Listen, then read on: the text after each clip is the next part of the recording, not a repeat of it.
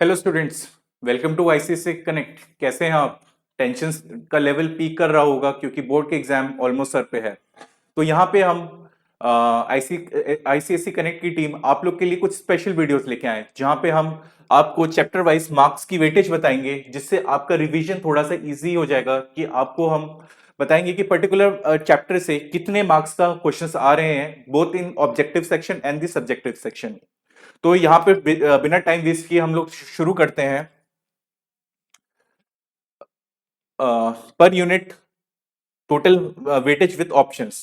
तो यहाँ पे जो आपका सिलेबस है वो 6 यूनिट्स में डिवाइडेड है। कि मतलब पहला यूनिट है work force power and energy, second है लाइट, थर्ड है साउंड, फोर्थ है इलेक्ट्रिसिटी एंड इलेक्ट्रोमैग्नेटिज्म, फिफ्थ है हीट एंड सिक्स्थ है modern physics.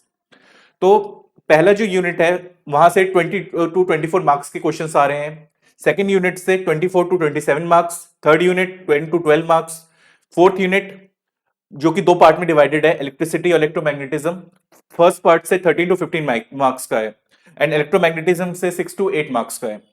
Heat comprises of 9 to 12 marks and modern physics 10 to 12 marks, total 100 marks. Confuse मत होइए कि आपका पूरा पेपर 100 मार्क्स का ही सेट होता है, जिसमें से आपको 80 मार्क्स का अटेम्प्ट करना होता है। First unit sorry first section जो है सेक्शन ए, वो कंपलसरी होता है, ऑब्जेक्टिव है 40 मार्क्स का, तो 40 में से 40 मार्क्स का आपको अटेम्प्ट ही करना होगा। जबकि जो सेकंड पार्ट है जो कि सब्जेक्टिव है, उसमें आपके 6 क्वेश्चन होंगे जिसमें से आपको 4 करने हैं। ऐसा कोई रूल नहीं है कि आपको सिर्फ 4 ही करने हैं, आप 5 भी कर सकते हो, आप 6 के 6 भी कर सकते हो। उसमें से आपके बेस्ट 4 ही लिए जाएंगे। फिर हम आगे बढ़ते हैं। हर यूनिट में सेक्शन वाइज मतलब ऑब्जेक्टिव में कितने मार्क्स का पूछा जा रहा है और उसमें सब्जेक्टिव पार्ट में कितने मार्क्स का पूछा जाएगा, वो हम डिस्कस करते हैं। तो पहली यूनिट से 10 to 13 मार्क्स का आपका सेक्शन ए में आ रहा है और 9 to 12 मार्क्स का आपका सेक्शन बी में आ रहा है। तो आप यहां देख सकते हैं कि दोनों सेक्शन में इक्वल वेटेज है। तो आप यहां पे समझ सकते हैं कि पहली यूनिट आपको थोड़ा सा टाइम ज्यादा डेडिकेट करना पड़ेगा, एफर्ट थोड़ा ज्यादा मारना पड़ेगा, और मान के चलिए कि लास्ट मोमेंट पे अगर आप इसको थोड़ा सा बेटर रिवाइज कर लेते हैं तो आपके मार्क्स एक्सपोनेंशियली बढ़ जाएंगे, क्योंकि आप दोनों तरफ देखिए, दोनों तरफ ऑलमोस्ट इक्वल इक्वल वेटेज है कि यहाँ पे 10 to 13 है, यहाँ 9 to 12 मार्क्स है। लाइट वाला जो चैप्टर है उससे सेक्शन ए में तो थोड़ा 5 to 7 मार्क्स का है, बट सेक्शन बी में जो सब्जेक्टिव है 18 to 22 मार्क्स का है। तो आप यहाँ पे ज्यादा स्कोर कर सकते हैं थोड़े से डायग्राम्स को ज्यादा प्रैक्टिस करके। और न्यूमेरिकल्स यहाँ पे ज्यादा होते नहीं है, एक आध आपका लेंस की पावर वगैरह का होगा, बट लाइट वाला जो है आप उसमें डायग्राम्स वगैरह अच्छे से प्रैक्टिस कर लेंगे तो you can score good marks in section B, 18 to 22 marks. फिर साउंड वाला जो कि सबसे इजी चैप्टर मैं कहूंगा पूरे पूरे सिलेबस में है, उसमें आपका सेक्शन ए में 3 to 5 मार्क्स है और 6 to 8 मार्क्स है। दिखने में कम मार्क्स होंगे बट इजी हैं, आप ये पूरे के पूरे फेच कर सकते हो। आप इसको मैं कहूंगा कि थोड़ा थोड़ा डेली डेली तो नहीं बोलूंगा कि मतलब आप इसको थोड़ा सा टाइम देंगे, मान के चलिए कि एक दिन में आपका साउंड का पूरा पूरा चैप्टर हो जाएगा, पूरी यूनिट, जिससे आप इजीली ये 3 to 5 यहाँ उठा सकते हैं मार्क्स और 6 to 8 मार्क्स यहाँ से उठा सकते हैं। फिर यहाँ पे जो फोर्थ यूनिट है जो कि इलेक्ट्रिसिटी है, 5 to 7 मार्क्स का इधर है, 6 to 8 मार्क्स का इधर है। इलेक्ट्रोमैग्नेटिज्म जो कि 2 to 4 मार्क्स का इधर है और 3 to 5 मार्क्स का इधर है। ये कंपेरेटिवली थोड़ा सा कॉन्सेप्चुअल ज्यादा है, आपको कॉन्सेप्ट याद करने ज्यादा जरूरी है, क्योंकि यहाँ पे जो न्यूमेरिकल्स है वो दिखने में इजी है, पर अगर एक जगह फंसे तो आपको मतलब आपका बहुत ज्यादा टाइम खा जाएगा वो। तो आप कोशिश करिए कि जो फोर्थ यूनिट है इसको थोड़ा डेडिकेटली पढ़िए। मार्क्स उतने नहीं है, पर स्टिल आई वुड से कि अगर आप थोड़ा सा एफर्ट करेंगे तो आप यहाँ पे स्कोर कर सकते हैं। बट सबसे ज्यादा एफर्ट आपको फर्स्ट यूनिट सेकेंड यूनिट में करना है, फिर उसके बाद ये फोर्थ यूनिट। फिफ्थ और सिक्स यूनिट जो है उनमें 3 to 5 मार्क्स, 4 to 7 मार्क्स आप देख सकते हैं सेक्शन ए में है, और सेक्शन बी में 5 to 7 है। तो आप देख सकते हैं ऑलमोस्ट सेम वेटेज है। तो हीट एंड मॉडर्न फिजिक्स मतलब जिसमें हीट है, हीट में कॉन्सेप्ट ज्यादा है। कॉन्सेप्ट्स कैसे कि थोड़ा सा आपको अंडरस्टैंड करके लिखना है, तो आप यहाँ इजीली स्कोर कर सकते हैं। वेरेस जो मॉडर्न फिजिक्स है, मॉडर्न फिजिक्स जो है न्यूक्लियर फिजिक्स के कॉन्सेप्ट्स हैं, इंटरेस्टिंग टॉपिक्स हैं। जब हम वो रिवाइज करेंगे तो मैं आपको बता दूंगा कि उसमें से कौन सी इंपॉर्टेंट चीजें अगर आप वो कर लोगे, क्योंकि रिपीट होते हैं ऑलमोस्ट। एक्चुअली में क्या है कि जो लास्ट यूनिट होती है बच्चे उसको बहुत लाइटली लेते हैं, और टीचर्स क्या करते हैं कि बहुत ही सिंपल इजी क्वेश्चंस वहां पुट करते हैं, पर बच्चों ने टाइम कम दिया होता है, इस वजह से उनको लगता है कि ये छोड़ देते हैं। जबकि मतलब बहुत ही शॉर्ट क्वेश्चंस हैं, मतलब आप सब्जेक्टिव में भी करेंगे तो बहुत ही मतलब न्यूमेरिकल भी उनके 4 से 5 स्टेप मैक्स। तो वो इजीली आप यहां से स्कोर कर सकते हैं अगर आप इसको इन दोनों टॉपिक्स को थोड़ा सा, मतलब मैं कहूंगा इससे थोड़ा सा कम और साउंड वाली से थोड़ा सा ज्यादा टाइम देने की जरूरत है। तो आप देख सकते हैं कि अगर आप अगर जैसे सब्जेक्टिव में हो तो सब्जेक्टिव में आप टारगेट कर सकते हैं फर्स्ट और सेकंड यूनिट और फिफ्थ और सिक्स यूनिट। थर्ड यूनिट तो मतलब आप मान के चलिए पूरा पूरा कर लो, क्योंकि ये हो सकता है कि किसी और पार्ट के साथ आपको मर्ज करके दे दें। फिर मैं आपको एक क्वेश्चन पेपर दिखा देता हूं। ये 2023 का पेपर है। You can see here the time allotted is 2 hours. So that's why I was saying कि अगर आप पर्टिकुलर यूनिट को कितना टाइम दे रहे हैं थोड़ा सा उस पर ध्यान रखिएगा। कि जैसे आपने कहा कि मैं इलेक्ट्रिसिटी वाला कोई न्यूमेरिकल है तो उसको मैं मतलब ईगो पे मत लेना है। अगर आप ईगो पे ले लेंगे तो आपका जो ये 2 आवर्स है ये बहुत कम पड़ जाएगा। तो आप देख सकते हैं ये सेक्शन ए है। तो यहाँ पे लिखा हुआ है section A is compulsory and attempt any 4 questions from section B. तो मैंने बताया वहां पे 6 क्वेश्चंस होंगे 60 मार्क्स के, जिसमें से आपको 40 मार्क्स का अटेम्प्ट करना है।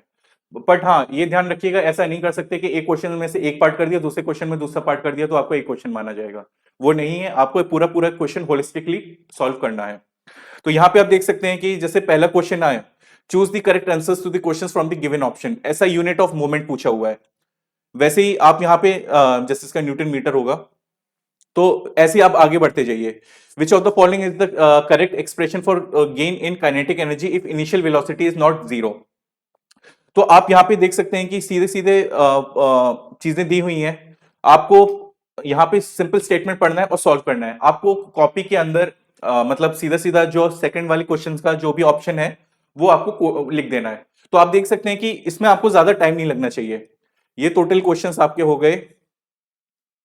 जैसे ये वाला जो मैं ऑप्टिक्स वाला कह रहा था कि आपको इसमें से मतलब आपने जैसे क्वेश्चन देखा, आपसे पूछा है कि इसमें reflection diagrams is the reflection not correct. ठीक है, तो आप यहाँ पे देख सकते हैं कि चार चार डायग्राम्स दिए हुए हैं, तो आप उस तरीके से इसको कर सकते हैं ऑब्जेक्टिव वाले क्वेश्चंस। तो आप समझ सकते हैं कि ऑब्जेक्टिव वाले क्वेश्चंस में मतलब आपको ज्यादा एफर्ट भी नहीं देना है और आप इजीली ज्यादा से ज्यादा स्कोर कर सकते हैं। तो ऑब्जेक्टिव वाले क्वेश्चंस भी हम डिस्कस करेंगे। फिर आ जाते हैं फिर सेक्शन, ये है क्वेश्चन 2, ये सब्जेक्टिव वाले। तो क्वेश्चन 2 देख सकते हैं कि आप 2 पार्ट्स में है। ठीक है, अब ये 2 पार्ट्स में है, तो अब ये 2 पार्ट्स में जो क्वेश्चन है कि आपका जैसे फर्स्ट पार्ट में ये दे दिया, how many pulleys are there in a movable block of a block and tackle system with velocity ratio 5। फिर एक रेडियो एक्टिविटी का क्वेश्चन रख दिया, radioactive nucleus emits a beta particle, does the position of the daughter nucleus change in periodic table as compare to the parent nucleus. तो आप यहाँ पे देख सकते हैं कि क्वेश्चंस जो हैं कि आपको थ्योरी के फॉर्म में मतलब आप मान के सकते हैं कि स्टेटमेंट्स में लिखना है आपको आंसर। यहाँ पे आपको ये न्यूमेरिकल मतलब इसको सॉल्व करके दिखाना होगा, एक डायग्राम पुली का बना के आपको ये पूरा सॉल्व करके दिखाना होगा।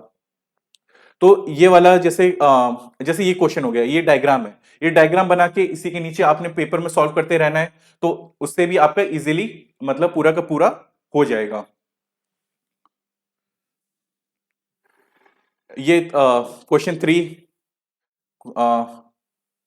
ये सॉरी सॉरी सॉरी सॉरी, ये आपके 3 क्वेश्चंस जो हैं ये मतलब टू द पॉइंट वाले क्वेश्चंस हैं। मतलब टू द पॉइंट, यहाँ पे आपको स्टेटमेंट के फॉर्म में लिखना है, मतलब एक लाइन में आपको आंसर्स लिखने होंगे यहां तक। अब यहां से वो शुरू हो जाता है सेक्शन बी।